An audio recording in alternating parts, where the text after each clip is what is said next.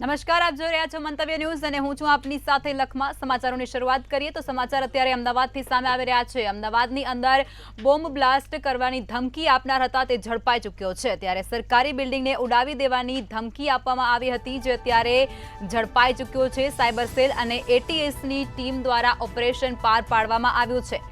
ઓરિસ્સાથી જાવેદ નામના આરોપીને ઝડપી પાડવામાં આવ્યો છે। સરકારી બિલ્ડિંગને બોમ્બથી ઉડાવી દેવા માટે કર્યો હતો મેલ।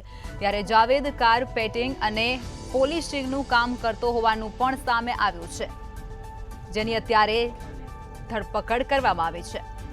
સમાચાર અમદાવાદથી મળ્યા છે, જેમાં બોમ્બ બ્લાસ્ટની ધમકી આપનાર ઝડપાઈ ચૂક્યો છે। સરકારી બિલ્ડિંગને ઉડાવી દેવાની ધમકી આપતો તેમના દ્વારા મેલ કરવામાં આવ્યો હતો। ત્યારે સાયબર સેલ અને એટીએસની ટીમનું ઓપરેશન છે તે અત્યારે સફળ થઈ ચૂક્યું છે અને તેની ધરપકડ કરવામાં આવી છે।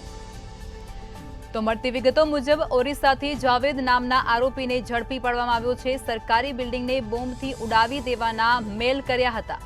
ત્યારે જાવેદ કાર પેન્ટિંગ અને પોલિશિંગનું કામ કરે છે તેવી વિગતો પણ સામે આવી છે। અમદાવાદમાં બોમ્બ બ્લાસ્ટની ધમકી આપનાર ઝડપાઈ ચૂક્યો છે। સરકારી બિલ્ડિંગને ઉડાવી દેવાની ધમકી ભર્યો મેલ તેમના દ્વારા કરવામાં આવ્યો હતો। જાવેદ નામનો આરોપી છે તે ઓરિસ્સાથી ઝડપાઈ ચૂક્યો છે। જાવેદ કાર પેન્ટિંગ અને પોલિશિંગનું કામ કરતા હોવાનું સામે આવ્યું।